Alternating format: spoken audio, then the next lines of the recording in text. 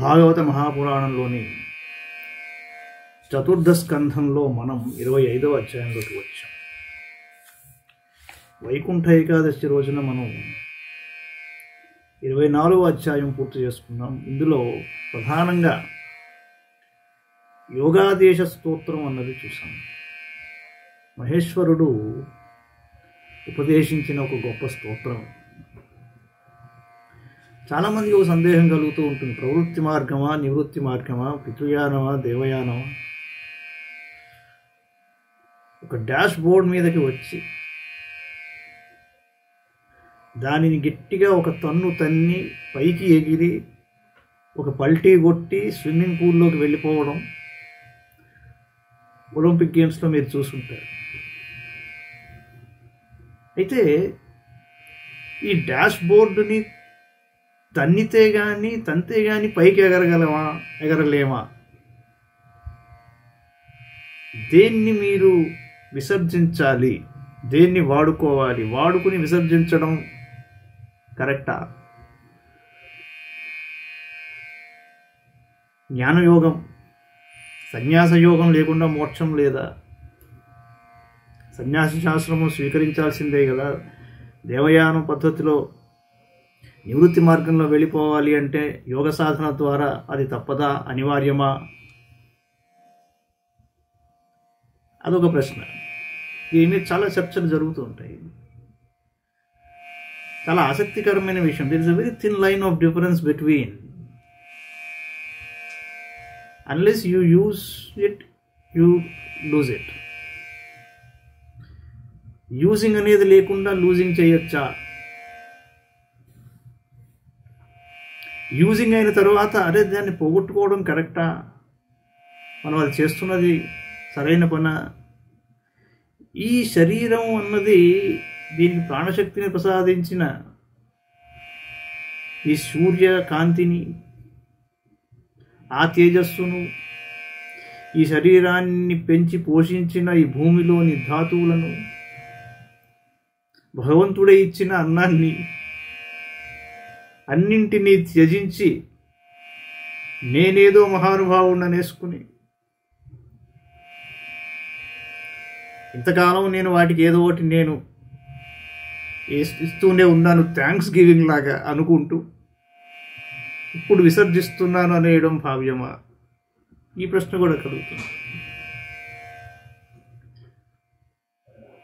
సరే, ఈ శరీరాన్ని మనం పొందాం కాబట్టి, మనం మానవ జన్మలోకి వచ్చాం కాబట్టి ఈ శరీరాన్ని ఒక ఇన్స్ట్రుమెంట్గా వాడుకుంటూ దీనిని ప్రయోజనంలోకి తీసుకువచ్చి ఆత్మోద్ధరణలోకి వెళ్ళిపోయి ఆత్మజ్ఞానాన్ని పొంది చివరికి ఈ శరీరాన్ని మనం త్యజిస్తున్నాము, ఆ పరిస్థితిలోకి వెళ్తున్నాం. అంచేత సన్యాసాశ్రమం స్వీకరిస్తున్నామా? అది అంత తేలికైన పని? అలా కాకుండా స్వధర్మాన్ని ఆచరిస్తూ భక్తిలోకి వెళ్ళడం అన్నంత సులభం ఇంకోటి లేదు అన్నది భాగవతం చెప్తుంది చాలా క్లియర్గా. కలియుగంలో ప్రధానంగా ఈ సన్యాసాశ్రమాలు ఈ వ్యవహారాలతో పని లేదండి. నామజపం, భజన, భక్తి, స్వధర్మాన్ని చక్కగా అనుష్ఠిస్తూ వీలైనంత పరోపకారం చేస్తూ, ఎలా పరోపకారం చేయగలుగుతారయ్యా మీరు అంటే, ఇది నా ధర్మం కాబట్టి ఇదిగో నేను ఇచ్చేస్తున్నాను. అది కాదు. రామకృష్ణ పరమహంస అంటాడు, జీవుడిగా కాదయ్యా నువ్వు చేస్తున్నది సేవ, అవతల పక్కవాడిని శివుడిగా ఎంచుకుని నువ్వు అర్చన చేయాలి, అది సహాయం అన్నాడు. సో చేస్తున్న సర్వీస్లో అంచేత భగవంతుణ్ణి అంతటా చూడగలిగే పరిస్థితి రావాలని, ఆయనలో అందరినీ చూడగలగాలి కాబట్టి సేవాధర్మం అన్నది ఒక ప్రధానంగా ఇక్కడ చెప్పబడింది. భగవంతుణ్ణి సర్వత్రా దర్శించగలిగే ఒక ప్రయత్నంలోకి వెళ్ళడమే నివృత్తి మార్గం. నిజం చెప్పాలి అంటే నిన్ను నువ్వు విస్మరించడం నివృత్తి మార్గం అవుతుంది. అంతేగాని నేనేదో అందరినీ వదిలేస్తున్నానన్నది అది నివృత్తి మార్గం కాదు. చాలా క్లియర్గా అర్థమవుతుంది. స్వధర్మాన్ని అనుష్ఠిస్తూ భక్తి యోగంలోకి వెళ్ళడం అంత సులభం కలియుగంలో ఇంకొకటి లేదు. దానినే మహాత్ములందరూ నిరూపించి వెళ్ళిపోయారు, దానినే బోధించి వెళ్ళారు. పోతనని అడిగితే ఒకటే మాట చెప్పాడు, భక్తి యోగం గొప్పదా జ్ఞానయోగం గొప్పదా అంటే భక్తి యోగం అన్నాడు. ఇచ్చేదంటే భక్తి యోగం ద్వారానే మీకు జ్ఞానం వస్తుంది, కానీ నేను ఏదో యోగ సాధన చేసేసి వానప్రస్థం సన్యాసంలోకి వెళ్ళిపోయి ఏదో పెద్దగా సాధించేశాను అనుకున్నా, ఈశ్వరుడి పట్ల అనన్య భక్తి నీకు కలగలేదు అంటే మోక్ష సాధన లేదండి. This is something which can never be disputed. ఎంత మహాజ్ఞానులైనా కూడా భక్తి కోసమే నిలబడి ఉంటారు లైన్లో. అది నీకు సూటిగా ప్రసాదిస్తున్నానయ్యా అన్నప్పుడు మనకు వచ్చిన ఇబ్బంది ఏమిటండి అంటే, ముఖ్యంగా మనలోని ఒక గీర్వాణాన్ని, ఏదో మనకున్న నేను ఫలానా అని చెప్పుకునేదాన్ని మనం వదలలేకపోతున్నాం. కాబట్టి ఈ సన్యాసాశ్రమం కూడా అందులోని భాగమే నిజం చెప్పాలంటే. లేకపోతే ఈ పాద పూజలు ఎందుకండి? చాలా స్పష్టంగా చెబుతున్నాడు ఇక్కడ, ఏతద్రూపమనుజ్ఞేయమాత్మశుద్ధిమభీప్సతాం యద్భక్తి యోగో భయదస్వధర్మమనుతిష్ఠతాం. ఇంత చక్కగా చెప్పాడు. No mincing of words. అంతఃకరణ శుద్ధిని అభిలషించు మా వంటి వారికి నీ దివ్యమంగళ రూపము అనుక్షణము ధ్యానింపదగినది. తమ తమ ధర్మములను అనుష్ఠించు వారికి భక్తి యోగమే అభయమునిచ్చును. అంతేగాని కలగాపులగం అయిపోయిందే కలికాలం. కాబట్టి స్వధర్మాన్ని అనుష్ఠించడం అనేది మరుగున పడి వ్యాపారానుసారంగా, ఇష్టారాజ్యంగా, ఇష్టానుసారంగా సంస్థలు ఏర్పడిపోయి ఇష్టమైన వాటిని ప్రసంగాలలో చెప్పేసి జనాలని మూర్ఖుల్ని చేసే ఒక పరిస్థితి ఈ భూమి మీద ఏర్పడడం చాలా శోచనీయమైన ఒక ప్రక్రియ. సదాచారాన్ని, స్వధర్మాన్ని అవలంబించే మార్గంలోకి ప్రజల్ని తీసుకువెళ్ళే ప్రయత్నం చేయాలే తప్ప ఎక్కడి నుంచో వచ్చేసి ఏదో క్షేత్రాల గురించి, ఏవేవో సిద్ధాంతాల గురించి ఊరికి యూలగైజింగ్ చేసేయడం వలన ప్రజలు ఫస్ట్ అండ్ ఫార్మోస్ట్ సత్యము, ధర్మము, స్వధర్మం అనే దానిని విస్మరించి వాటిల్లోకి దూకేటట్లుగా చేయడం వలన ఈరోజు మన ముందర ఉన్న సమస్యలన్నీ దీని మూల కారణం ఇదే. స్వధర్మాన్ని అనుష్ఠించండి, భగవంతుడి పట్ల భక్తిని పెంపొందించుకోండి. ఇది కలియుగంలోని ధర్మం. స్వధర్మాన్ని విడిచిపెట్టేసి భగవంతుడిని భజన చేయమని ఎవరు చెప్పట్లేదండి.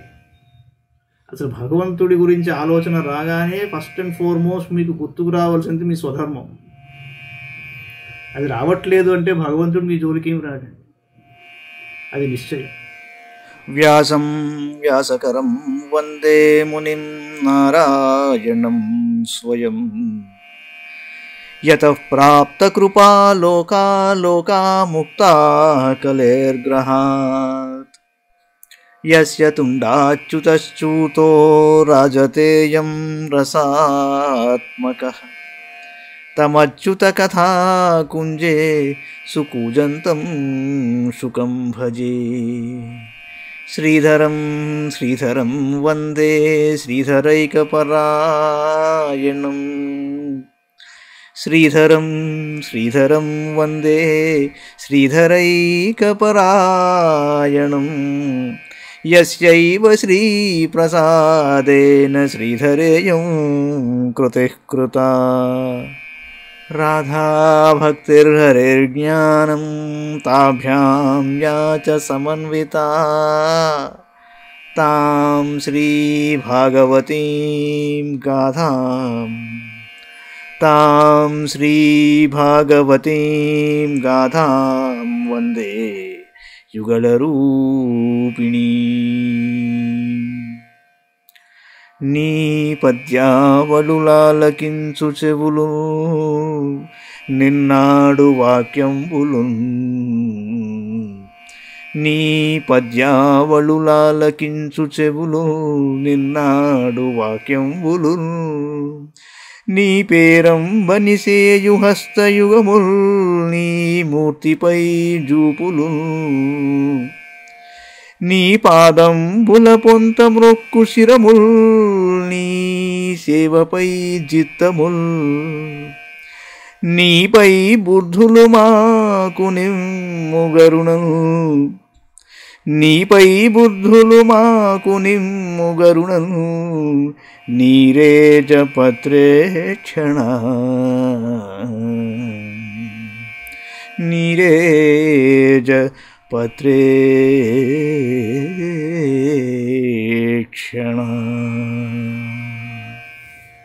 25వ అధ్యాయంలో వెళ్దాం.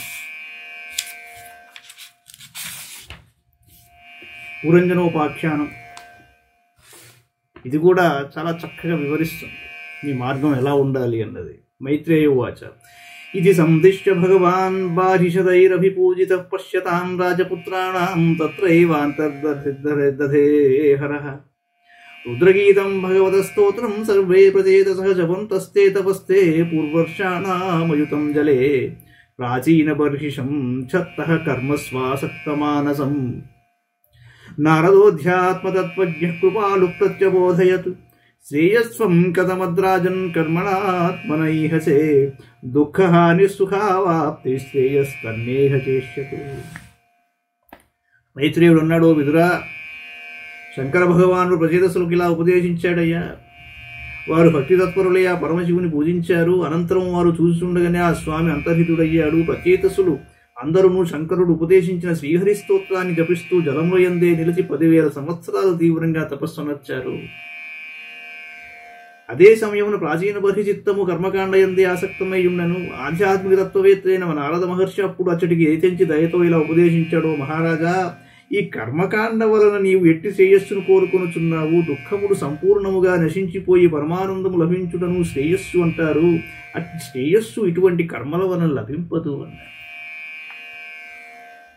రాజోవాచ న జానామి మహాభాగ పరం కర్మాపవిద్ధధీః న జానామి మహాభాగ పరం కర్మాపవిద్ధధీః బ్రూహి మే విమలం జ్ఞానం येन ముచ్యేయ కర్మభిః గృహేషు కూటధర్మేషు పుత్రదారధనార్థధీః న పరం విందతే మూఢో భ్రామ్యం సంసారపద్మసు. ప్రాచీన బర్హి మహారాజులా అన్నాడు, మహాత్మా, ఓ నారద, నా బుద్ధి యజ్ఞాది కర్మలను ఆచరించుటయందే నిబద్ధమై ఉన్నది. పరమ శ్రేయస్సును గూర్చి నాకు ఏమీ తెలియదు. అంతఃకరణ శుద్ధిని కలిగించు జ్ఞానమును నాకు ఉపదేశింపుము. దాని ద్వారా ఈ కర్మబంధముల నుండి నేను విముక్తుడను కాగలను. అజ్ఞాని భార్యాపుత్రుడు సంపదలు అనునవియే పురుషార్థములుగా భావించి వాటి యందే మోహితుడై ఉంటాడు. అందువలన నిరర్ధకములైన కామ్యకర్మలను ఆచరించుతూ సంసార చక్రమును పరిభ్రమిస్తూ ఉంటాడు. అట్టి వానికి పరమ శ్రేయస్సు లభింపదు కదా. నారదోవాచ భో భో ప్రజాపతే రాజన్ పశూన్ పశ్యత్వయాధ్వరే సంజ్ఞాపితాం జీవ సంఘాన్ నిర్ఘృణేన సహస్రశః ఏతే త్వాం సంప్రదీక్షంతే స్మరంతో వైశసం తమా సంపరేతమయ కూటైశ్చిందం త్యుత్థితమన్యవః. నారదుడు అన్నాడు, రాజా, నీవు యజ్ఞముల యందు ఏమాత్రము కనికరము చూపక పశుబలి నెపముతో 1000 కొలది పశువులను చంపేశావు కదా. అదిగో అటువైపు చూడన్నాడు, ఒక్కసారి చూడమన్నాడు. నీచే వధింపబడిన మూగజీవులు నీ చావు కొరకై ఉక్రోషంతో ఎదురు చూస్తున్నాయి. ఏ తప్పు చేశాయి అవి? ఒకసారి నీ కనులు పెద్దవిగా చేసి చూడు. అర్ధాంతరంగా అమాయక ప్రాణులను హింసించిన పాప ఫలితమును గూర్చి ఒక్కసారి గుర్తుకు తెచ్చుకొనుము. నీ చేతిలో హింసకు గురి అయిన ఈ పశువులన్నీ నీ క్రూర కృత్యములను స్మరిస్తూ నీ మరణం కొరకు ఎదురు చూస్తున్నాయి. అవి నీవు మృతి చెందిన పిదప అవి పట్టరాని క్రోధంతో ఇనుప చువ్వల వలె వాడి అయిన తమ కొమ్ములతో నిన్ను కృమ్మివేస్తాయి. ఈ బరుల జోలికి వెళ్ళే వాళ్ళందరూ ఒకసారి చూడాలి, ఇది చదవాలి. నువ్వెవరు అయ్యా ప్రాణాన్ని తీసేందుకు? ఆవిడికి సమర్పించేందుకు బల ఒక ప్రాణాన్ని హరిస్తున్నావు. అత్రతే కథయిష్యే ముమితిహాసం పురాతనం పురంజనస్య చరితం నిబోధగతో మమ మహారాజా. పురంజనుడు అని ఒక మహారాజు గలడు, ఒకసారి చెప్తాను ఈ కథ నీకన్నాడు ఆయన. అతడు మిగుల ప్రసిద్ధుడు. ఆయనకు ఒక అవిజ్ఞాతుడు అని పేరు గల ఒక మిత్రుడు కలడు. ఆ మిత్రుడి చేష్టలు ఎవరికి బోధపడకుండా ఉండేవిట. ఆసీత్ పురంజనో నామ రాజా రాజన్ బృహశ్రవాహ తస్యా విజ్ఞాత నామాసే సఖా విజ్ఞాత చేష్టితః సోన్వేషమానః శరణం బభ్రామ పృథివీం ప్రభుః. నాను రూపం యదా విందదభూత్ స విమనా ఇవ న సాధు మే నేతాః సర్వా భూతలే యావతీః పురః. కామాన్ కామయమానోऽసౌ తస్యోపపత్తయే స ఏకదా హిమవతో దక్షిణేష్వధసానుషుదర్శనవభిర్ద్వార్భిః పురం రక్షితలక్షణాం ప్రాకారోపవనాట్టాలపరిహైరక్షతోరణైః స్వర్ణసరోప్యాయసైః శృంగైః సంకులాం సర్వతో గృహైః నీలస్ఫటికవైడూర్యముక్తామర్కతారుణైః క్లుప్తహర్మ్యస్థలీం దీప్తాం శ్రియా భోగవతీమివ. సభాసత్వరరథ్యాభిరాక్రీడాయతనాపణైః చైత్యధ్వజపతాకాభిర్యుక్తాం విద్రుమవేదిభిః పుర్యాస్తు బాహ్యోపవనే దివ్యద్రుమలతాకులే నదద్విహంగాళికుడకోలాహలజలాశయే. ఆ పురంజనుడు తాను నివసించుటకు అనువకు ఒక స్థలము కొరకు భూతలమునందు అంతా వెతికాడు, ఎక్కడా దొరకలేదు. భోగానుభవంలో కొరకై ఉవ్విళ్ళూరుచున్నాడు వాడు. కానీ వాటిలో ఏ ఒక్కటి ఆయనకు నచ్చకుండా నేను చాలా చూశాడు చోట్లు. తన అన్వేషణలో భాగంగా అతడు హిమోత్పర్వతానికి దక్షిణమును గల సానువులకు చేరాడు. అక్కడ ఆయనకు 9 ద్వారములు గల ఒక నగరం కనిపించింది. అది అన్ని విధములకు మంచి లక్షణములతో ఉన్నట్లు అనిపించింది. ఆ నగరం చుట్టూను చక్కని ప్రాకారములు ఉపవనములు గలవు. అక్కడ కోటబురుజులు అగర్తలు కిటికీలు రాజద్వారములు విలసిల్లుచున్నాయి. భవనములు వెండి బంగారం ఇనుప శిఖరములతో అలరారుచున్నాయి. విశాలములై జనులతో కిక్కిరిస్తున్నాయి. నేలలన్నీ ఇంద్రనీలమములతో స్వచ్ఛములైన స్ఫటికములతో వైఢూర్యములతో ముత్యములతో మరకతములతో కెంపులతో పొదగబడి ఉన్నాయండి. ఆ నగరము నాగుల రాజధాని అయిన భోగవతీ నగరములే వైభవోపేతంగా అనిపించింది. ఆ పురమునందలి సభాభవనములు వీధుల కూడలు రాజమార్గములు క్రీడాంగణములు చూడముచ్చట గొలుపుచున్నాయి. జనుల విశ్రాంతి ప్రదేశములు మిగుల అనువైనవిగా ఉన్నాయి. నగరమునందు అంతటను ధ్వజ పతాకములు రెపరెపలాడుచున్నాయి. వేదికలన్నీయును పవడములతో పొదగబడి ఉన్నాయండి. ఆ నగరమునకు వెలుపల గల ఉపవనమునందలి దివ్య వృక్షములు లతలు దర్శనీయములుగా ఉన్నాయి. ఆ ఉద్యానవనమునందలి సరోవర తీరములు పలు విధములకు పక్షుల పూజితముల కోలాహలములతో ఒప్పుచున్నాయి. 9 ఝుంకారములు వినసొంపుగానున్నాయి. అక్కడ ఎగిరెగిరి పడుతున్న సెలయేళ్ల చల్లని నీటి తుప్పరలు వసంత ఋతువాయువులు హాయిని గొలుపుచున్నాయి. హిమనిర్ఝర విపృష్మత్ కుసుమాకరవాయునా తలప్రవాల విటపనలినీ తట సంపది నానారణ్యమృగవ్రాతైరనావాధే మునివ్రతైః ఆహూతం మన్యతే పాంథో యత్ర కోకిల కూజితైః యదృక్షయాగతాం తత్ప్రదర్శ ప్రమదోత్తమాం భృత్యైర్దశభిరాయాం తీం ఏకైకశతనాయకైః పంచశీర్షాహినా గుప్తాం ప్రతిహారేణ సర్వతః అన్వేషమాణాం వృషభమప్రౌఢాం కామరూపిణీం. వన్యమృగములు కూడా మునుల వలె అహింసా వ్రతాన్ని పాటిస్తున్నాయి. గొప్పగా ఉంది. క్రూర స్వభావం వీడి ఎట్టి విరోధము లేకుండా జంతువులు అన్యోన్యంగా మెలుగుచున్నాయి. అందువలన ఎవరికి ఎట్టి బాధయు లేకుండెను. అతడి వృక్షములపై ఉండేటి కోకిలలు తమ కుహూరావములతో పాఠశాలలను సాదరంగా ఆహ్వానిస్తున్నాయి. పురంజన మహారాజు ఆ వనమును తిరుగుచుండగా అతడికి అనుకోకుండా వచ్చిన ఒక సుందరిని చూశాడు. ఆమెతో పాటు 10 మంది సేవకులు ఉన్నారు. చాలా బాగుంది. వారిలో ప్రతి ఒక్కడు 100 మంది నాయికలకు సునాసాం సుజతీం. ఆవిడ ఎలా ఉందయ్యా అంటే సునాసాం సుజతీం బాలాం సుఖపోలాం వరాననాం సమవిన్యస్తకన్నాభ్యాం బిభ్రతీం కుండలశ్రియం పిశంగనీవీం శుశ్రోణీం శ్యామాం కనకమేఖలాం పద్భ్యాం కొడద్భ్యాం చలతీం నూపురైర్దేవతామివ స్తనౌ వ్యంజితకైశోరౌ సమవృత్తౌ నిరంతరౌ వస్త్రాం తేన నిగూహంతీం వ్రీడయా గజగామినీం తామాహలలితం వీరస్స వ్రీడస్మితశోభనాం స్నిగ్ధేనాపాంగపుంఖేన స్పృష్టః ప్రేమోర్భ్రమద్భువా కాత్వం కంజపలాశాక్షి కాత్వం కంజపలాశాక్షి కస్యాసీహ కుతః సతి ఇమాముపపురీం భీరు కిం చికీర్ష్యసి శంసమే. ఎలా ఉందయ్యా ఆవిడంటే, ఆమెను 5 పడగలు గల పాము ద్వారపాలకుడుగా ఉండి రక్షిస్తున్నాడు. కామరూపిణి అయిన ఆ కన్య తనకు ఈడైన భర్త కొరకు వెదుగుతున్నది. ఆమె నాసికయు పలువరసయు చెక్కిళ్ళు వదనము మిక్కిలి మనోహరంగా ఉన్నాయి. వంకముగానున్న ఆమె చెవులకు గల కుండలములు కాంతులీనుచున్నాయి. శ్యామవర్ణ శోభితయ్యే ఆ సుందరి పచ్చని చీర ధరించియుండెను. కడిభాగమును గల బంగారు ఒడ్డాడము చూడ వేడుక గొలుపుచున్నది. దివ్యభామిని వలె అలరారుచున్న ఆ కన్య మంద గమనముతో నడుచుచున్నప్పుడు కదులుచున్న కాలి ఎందెల ధ్వనులు చెవులకు ఇంపు గొలుపుచున్నాయి. కిశోరావస్థలోనున్న ఆ గజగామిని సర్వ మనోహరమైన వక్షస్థల వైభవము తన చీర చెరుగుతో కప్పిపుచ్చుకొనుతూ సిగ్గుపడుతోంది. సిగ్గుతొంతరలలో మునుగుతూ చిరునవ్వులు చిందించుచున్న ఆ శోభనాంగిని అతడు చూశాడు. ఆమె కనుబొమ్మల ఉయ్యారముతో ప్రేమను ప్రకటిస్తున్నది. ఆమె తన ప్రణయస్ఫోరకములైన క్రీగంటి చూపులన్నటి బాణముతో కొట్టుచుండగా ఆ వీరుడు మిగుల ఆకర్షితుడై ఆ సుందరితో ఇలా అన్నాడు, సుందరి నీవెవరు అన్నాడు. ఎవరి కుమార్తెవు? ఈ సమయమున ఎచటి నుండి వచ్చావు? ఈ నగర సమీపమున నీవు ఏమి చేయగోరుచున్నావో బాలా, నాకు ఈ విషయమును తెలుపుము అన్నాడు.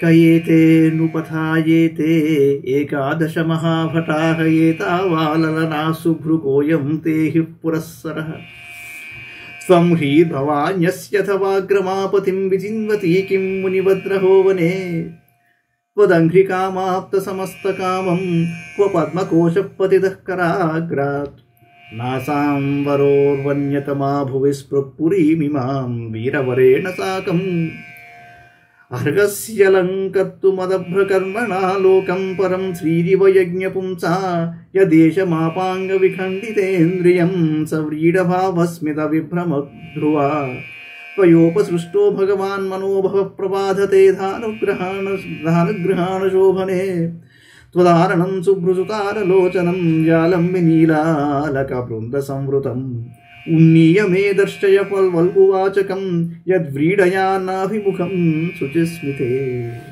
ఓ సుందరి, నిన్ను అనుసరించి వచ్చుచున్న మహాశూరవీరుడగు ఈ 11వ వాని నేతృత్వంలో గల 10 మంది సేవకులు ఎవరు? ఈ విలాసవతులు ఎవరు? నీ ముందు భాగమును గల ఈ సర్పము ఎవరు? నీవు మునివలే ఈ వనమునందు ఏకాంతవాసముతో వ్రత నియములను పాటించుచు భర్తయగు ధర్ముని అన్వేషించుచున్న లజ్జాదేవివా? శంకరుని వెదగుచున్న పార్వతీదేవివా? బ్రహ్మదేవుని అన్వేషించుచున్న సరస్వతీదేవివా? శ్రీహరిని వెదగుచున్న లక్ష్మీదేవివా? ఇంతకు నీవెవరు? నిన్ను భార్యగా పొంది నీ సేవలు అందుకున్నవాడు మాత్రం నిజంగా అదృష్టవంతుడు. వాస్తవంగా నీవు లక్ష్మీదేవి అయినచో చేతిలోని పద్మం ఎక్కడికి పడిపోయింది?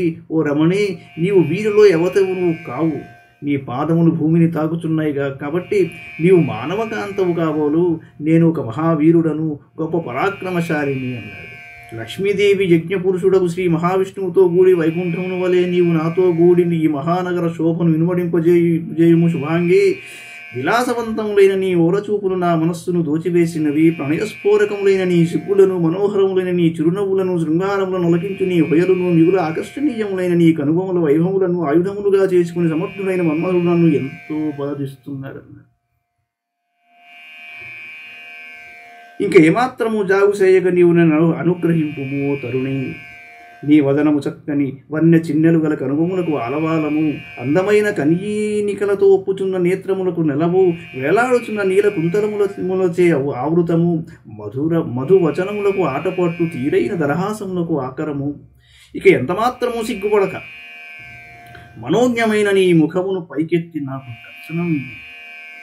నారదో వాచ ఇత్థం పురంజనం నారీ యాచమానమధీరవత్ అభ్యనందతం వీరం హసంతి వీరమోహిత న విదామ వయం సమ్యక్ కర్తారం పురుషర్షభ ఆత్మనశ్చ పరస్యాపి గోత్రం నామత యత్కృతం. ప్రాచీన పరిషి మహారాజా, మహావీరుడైన పురంజనుడు ధైర్యము లేని వాని వలె ఆ యువతిని ఇలా అర్థింపసాగాడు.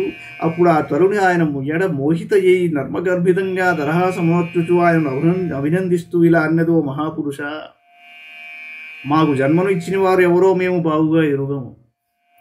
మా గోత్రనామములు కానీ ఇతరుల గోత్రనామములు కానీ ఎరుగవు. హాయిగా ఉంది. లేకపోతే నువ్వెవరు, నీ గోత్రం ఏమిటి? ఈ వరస బావులన్నీ వస్తాయి. ఇహాజ్య సంతమాత్మానం విదామ తపఃపరం ఏనేయం నిర్మితా వీరపురీ శరణమాత్మనః. ఏతే సఖాయసఖ్యో మేనరా నాజశ్చ మానద. సుప్తాయాం మయి జాగత్తి నాగోయం పాలయన్ పునీం దిష్ట్యాగతోసి భద్రం తే గ్రామ్యాన్ కామానభీప్ససే. ఉద్వహిష్యామి తాంస్తేహం స్వబంధూ వీరరిందమా. ఇమాం త్వమధితిష్ఠస్వ పురీం నవముఖీం విభో మయోపనీతాన్ గృహాణ కామభోగాన్ శతం సమాహ. వీరశ్రేష్ఠ, మేము ఈ ప్రదేశమునందు నివసించుచున్న విషయమును తప్ప మేము వేరే ఏమీ ఎరుగము, ఇంకేం తెలియదు. మాకు ఆశ్రయముగా ఉన్న ఈ నగరము నిర్మించినది ఎవరో కూడా మాకు తెలియదు. ఓ మహాత్మా, నాకు అనుచరులుగా ఉన్న ఈ స్త్రీలు పురుషులు నా సఖులు. నేను నిద్రలో ఉన్నప్పుడు ఈ సర్పము మేల్కొని ఉండి ఈ పురమును రక్షిస్తూ ఉంటుంది. శత్రురమణ, నీవు ఇచ్చడికి ఏదెంచుడ నిజముగా మా అదృష్టము, నీకు శుభముగాక. నీవు విషయ సుఖములను అభిలషిస్తున్నావు. నేను మా అనుచరులు నీ కోరికలను తీర్చగలను. ప్రభు, నీ నవద్వారములతో కూడిన ఈ పురమునందు నివసింపుము. నేను సమకూర్చిన కామభోగములను గ్రహించుచు వందల కొద్ది సంవత్సరములు వర్ధిల్లుచుండము అన్నదా. కమ్ము త్వదన్యం రమయే హ్యరతిజ్ఞమకోవిదం అసంపరాయాభిముఖమశ్వస్తనవిదం పశుం. ధర్మో హ్యత్యార్థకామౌ చ ప్రజానందో మృతం యశః. లోకాభిశోకా విరజాయాన్న కేవలినో విదుః. పితృదేవర్షిమత్యానాం భూతానామాత్మనశ్చ. క్షేమ్యం వదంతి శరణం భవేస్మిన్ జగృహాశ్రమః. కా నామ వీర విఖ్యాతం వదాన్యం ప్రియదర్శనం. న వృణీత ప్రియం ప్రాప్తం మాదృశీ త్వాదృశం పతిం. కస్యామనస్తే భువి భోగి భోగయోః స్త్రియా న సజ్జేత్ భుజయోర్మహాభుజా. యో నాథవర్గాధిమలం గృణోద్ధతాస్మితావలోకేన చరత్యపోహితుం. ఓ ప్రభు, నిన్నుగాక మరి ఎవరిని ఆనందింపజేయుదును? ఇతరులు రతి విషయములను ఎరిగిన వారు కారు, విహితములైన సుఖములను కూడా అనుభవింపరు గారి వారికి పరలోక విషయములే పట్టవు. రేపు జరిగేటి దానిని గూర్చి ఏమాత్రము ఆలోచించరు కనుక వారు పశుతుల్యులు. అట్టి వారిని నేను ఎలా ఆనందింపజేయుదురు? ఈ లోకమున గృహస్థాశ్రమునందే ధర్మములను ఆచరించుటకును, ధర్మయుక్తముగా అర్ధకామములను పొందుటకును, సంతాన సుఖములను, మోక్షమును, కీర్తి పరీక్షలను, స్వర్గాది దివ్యలోకములను పొందుటకును వీలవుతుంది. ఇట్టి సుఖములు సంసారమును త్యజించిన యతీశ్వరులకు ఏం తెలుస్తుంది? ఈ లోకమున పితృదేవతలను, దేవతలను, ఋషులను, మనుష్యులను, అట్లే సకల ప్రాణులను తృప్తిపరచుటకును, తన శ్రేయస్సును సంపాదించుటకును గృహస్థాశ్రమమే అనువైన ఆధారం అని మహాపురుషులు వచింతురు. ఓ వీరా, అన్ని విధములుగా నువ్వు ఖ్యాతి కన్నవాడవు, ఉదార చరిత్రుడవు, చక్కని సౌందర్యమూర్తివి. అట్టి నీవు నియంతట నీవే కోరుకురుచున్నప్పుడు నా వంటి సామాన్యురాలు నిన్నే ప్రతిగా ఎందుకు వరింపదు? ఓ మహాబాహు, నీ భుజములు సర్పశరీరం వలె గుండ్రనివి, మృదువైనవి, సుఖస్పర్శనిచ్చునవి, బలిష్టములైనవి. అట్టి భుజములను ఆక్రమించుటకు ఏ స్త్రీ చిత్తము ఉబలాట పడదు. నీవు మిగుల జాలిగలవాడు. నీ చూపులలో కరుణ తొణికిసలాడుచున్నది, నీ చిరునవ్వు ప్రసన్నమైనది. నీవు మా వంటి అనాథల మనస్తాపమును తీర్చుటకే ఈ భూతలమును సంచరించుచున్నావు. అట్టి నిన్ను కాదునుటయా. నారదో వాచ. ఇతి తౌ దంపతీ తత్ర సముచ్య సమయం మిథః. తాం ప్రవిశ్య పురీం రాజన్మోదాతే శతం సమాః. ఉపగీయమానో లలితం తత్ర తత్ర చ గాయకైః. క్రీడన్ పరివృతస్త్రీభిర్హదినీమావిషక్షుచౌ. సప్తో పరివృతాద్వారః పురస్తస్యాస్తు ద్వే అసః. పృథగ్విషయగత్యర్థం తస్యాం యః కశ్చనేశ్వరః. పంచద్వారస్తు పౌరస్యాః దక్షిణైకా తథోత్తరా. పశ్చిమే ద్వే అమూషాం తే నామాని నృపవర్ణయే. ఖద్యోతావిర్ముఖీ చ ప్రాగ్ద్వారా వేగత్ర నిర్మితే. విభ్రాజితం జనపదం యాదితాభ్యాం జుమత్సకః. నళినీ నాళినీ చ ప్రాగ్ద్వారా వేగత్ర నిర్మితే. వధూతసహస్తాభ్యాం విషయం యాది సౌరభం. ముఖ్యానామ పురస్తాద్వాస్తయా పణబహూదనౌ విషయౌ యాతి పునరాట్రసజ్ఞ విపణాన్వితః పితృర్నృపౌర్యాద్వాద్దక్షిణేన పురం జనః రాష్ట్రం దక్షిణ పాంచాలం యాతి సుధరాన్వితః దేవహూర్నామ పుర్యాద్వాహ ఉత్తరేణ పురం జనః రాష్ట్రముత్తర పాంచాలం యాతి సుతధరాన్వితః ఆసురీ నామ పశ్చాద్వాహతయా యాతి పురం జనః గ్రామకం నామ విషయం దుర్మదేన సమన్వితః. నారదుడు అన్నాడు, రాజా, పురంజనుడును ఆ యువతియు పరస్పర సంభాషణ ద్వారా ప్రశంసించుకున్నట్టు ఒకళ్ళు. పిమ్మట వారు ఇరువును ఆ నగరమును ప్రవేశించి 100 సంవత్సరములు ఆనందంగా గడిపారు. గాయకులు అచ్చటచ్చట ఆ పురంజనుని కీర్తి వైభవములను మధురంగా గానం చేస్తున్నట్ట. గ్రీష్మ ఋతువునందు పురంజనుడు పెక్కుమంది స్త్రీలతో కూడి ఒక సరోవరమునందు జలక్రీడలు సలుపుతున్నట్ట. ఆ నగరమునందలి 9 ద్వారములలో 7 పైభాగములను 2 క్రింది భాగములను గలవు. ఆ నగరునకు ప్రభువుగా ఎవరున్నను వేర్వేరు బాహ్య ప్రదేశమును ఎక్కడికి వెళ్ళవలసి ఉన్నను ఈ ద్వారములనే ఉపయోగించుకుంటారు. ఓ మహారాజా, ఈ 9 ద్వారములలో 5 తూర్పు దిశ యందును, 1 దక్షిణమునను, 1 ఉత్తరమునను, 2 పశ్చిమ దిక్కునను గలవు. వాటి పేర్లను తెలుపుతాను విను. పూర్వ దిశ యందు హత్యోత, ఆవిర్ముఖి అను 2 ద్వారములను ఒకే చోట నిర్మితములైనవి. పురంజనుడు వాటి ద్వారా తన మిత్రుడైన జుమంతునితో ఓడి విభాజితమను ప్రదేశమునకు వెళుతూ ఉండేవాడు. ఇదే ప్రకారం ఆ ప్రాగ్దిశయందే నళిని, నాళిని అను 2 ద్వారములు ఒకే చోట నిర్మింపబడ్డాయి. వాటి ద్వారా అతడు అవధూతయను శకునితో సౌరభ దేశమునకు వెళుచుండును. ఆ తూర్పు దిక్కుననే ముఖ్య అను 5వ ద్వారము గలదు. దాని ద్వారా అతడు రసజ్ఞుడు, విపణుడు అను మిత్రులతో కూడి క్రమంగా బహూదన, ఆపణ అను దేశములకు వెళుచుండును. ఓ మహారాజా, ఆ పురమునకు దక్షిణ దిక్కునందు పితృహు అను ద్వారము గలదు. పురంజనుడు తన మిత్రుడైన సుతధరునితో కూడి ఆ ద్వారము గుండా దక్షిణ పాంచాల దేశమునకు వెళ్ళుచుండును. అట్లే అతడు ఉత్తర దిశ యందు గల దేవహూవు అను ద్వారము గుండా సుతధరునితో తోడనే కూడి ఉత్తర పాంచాల దేశానికి వెళుతుండును. పశ్చిమ దిశ యందు ఆసూరి అను ద్వారము గలదు. పురంజనుడు దాని ద్వారా దుర్మదుడు అను వానితో కూడి గ్రామకను దేశానికి వెళ్ళుచుండును. నిర్వృతిర్నామ పశ్చాద్వాహతయా యాతి పురం జనః వైశసం నామ విషయం లుబ్ధకేన సమన్వితః అంధావమీషాం పౌరాణాం నిర్వాపేషస్కృతావుభౌ అక్షణ్వతామధిపతిస్తాభ్యాం యాతి కరోతి చ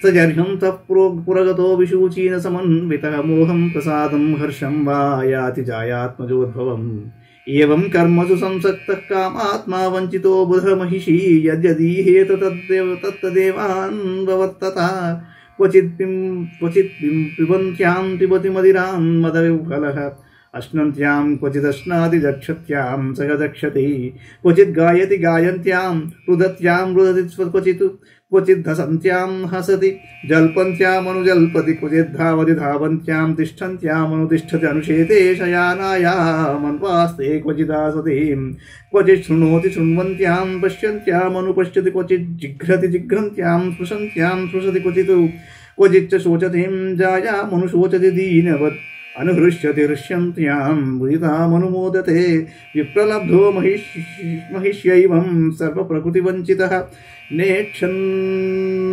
నేచ్ఛన్ననుకరోత్యజ్ఞః క్లైబ్యాత్ క్రీడా మృగో యథా. అలాగే పశ్చిమ దిశ యందే నిర్వృతి అను ద్వారం గలదు. పురంజనుడు లుబ్ధకుడు అను వానితో కూడి వైశస అను దేశమును వెళుతూ ఉండేవాడు. ఈ నగరమునందు నివసించు వారిలో నిర్వాక్ పేషస్కృత్ 2 గలరు. వారు అంధులు. పురంజన మహారాజు నేత్రములు గలవారికి అధిపతి అయినను ఈ అంధుల సహాయముతోనే ఎజటికైనను వెళ్ళుచుండును, ఏ పని నేను చేయుచుండును. పురంజనుడు తన ప్రధాన సేవకుడైన విశూచీనునితో కూడి అంతఃపురమున ప్రవేశించినప్పుడు భార్యాపుత్రుల కారణంగా కలుగు మోహమును, మానసోల్లాసము, హర్షము మొదలగు వికారములను అనుభవిస్తూ ఉండేవాడు. ఇలా అతని చిత్తము ఆయా సమయముల యందు వేర్వేరు కర్మల యందు ఆసక్తమై ఉండును. కామపరవశుడై ఆ మూఢుడు స్త్రీ వ్యామోహంలో వంచింపబడెను. అతడు తన భార్య కోరికలను అనుసరించి నడుచుకొనుచుండెను. క్రమంగా అతడు ఆమెకు దాసుడైపోయాడండి. ఆమె మద్యపానం వచ్చినప్పుడు అతడును మద్యపానం చేసి ఉన్మత్తుడయ్యేవాడు. ఆమె భుజించినప్పుడు తాను భుజించేవాడు. ఆమె ఏదైనాను ఒక వస్తువును భక్షించినప్పుడు తాను ఆ వస్తువునే భక్షించేవాడు. ఆమె పాటను పాడినప్పుడు తాను పాడేవాడు. ఏడ్చేటప్పుడు ఏడ్చేవాడు, నవ్వేటప్పుడు నవ్వేవాడు, మాట్లాడేటప్పుడు మాట్లాడేవాడు. ఆమె పరిగెత్తున్నప్పుడు తాను పరిగెత్తేవాడు, నిలబడినప్పుడు నిలబడేవాడు. ఆమె పరుండినప్పుడు తాను పరుండేవాడు, కూర్చున్నప్పుడు కూర్చునేవాడు. ఆమె దేనినైనాను వినుచున్నప్పుడు తాను అదే వినేవాడు. ఆమె చూచున్న దానినే తాను చూసేవాడు. ఆమె ఆఘ్రానించిన వస్తువును తాను ఆఘ్రానించును. ఆమె స్పృశించు వస్తువును తానును స్పృశించేవాడు. ఆమె దైన్యంతో దుఃఖించినప్పుడు తానును దైన్యం వహించేవాడు. ఆమె ప్రసన్నురాలై ఉన్నప్పుడు తాను ప్రసన్నుడై ఉండేవాడు. ఆమె సంతోషంగా ఉన్నప్పుడు తాను సంతోషంగా ఉండేవాడు. ఈ విధంగా పురంజరుడు సౌందర్యవతి అయిన తన భార్యకు వశుడైపోయాడు. ప్రాకృతిక విషయములకు అతడు పూర్తిగా లోనైపోయాడు. తనకు ఇష్టము లేకున్నను ఆటబొమ్మ వలె ఆమెను అనుసరింపసాగాడు. ఇంతయేలా పూర్తిగా అతడు ఆమె చేతిలో కీలుబొమ్మ అయిపోయాడండి. ఇది శ్రీమద్ భాగవతే మహాపురాణే పానభంస్యాం సంహితాయాం చతుర్థస్కంధే పంచవింశోధ్యాయ. మంగళం భగవాన్ విష్ణు మంగళం గరుడధ్వజ మంగళం పుండరీకాక్షో మంగళాయ తనోహరి. సర్వం శ్రీకృష్ణార్పణమస్తు.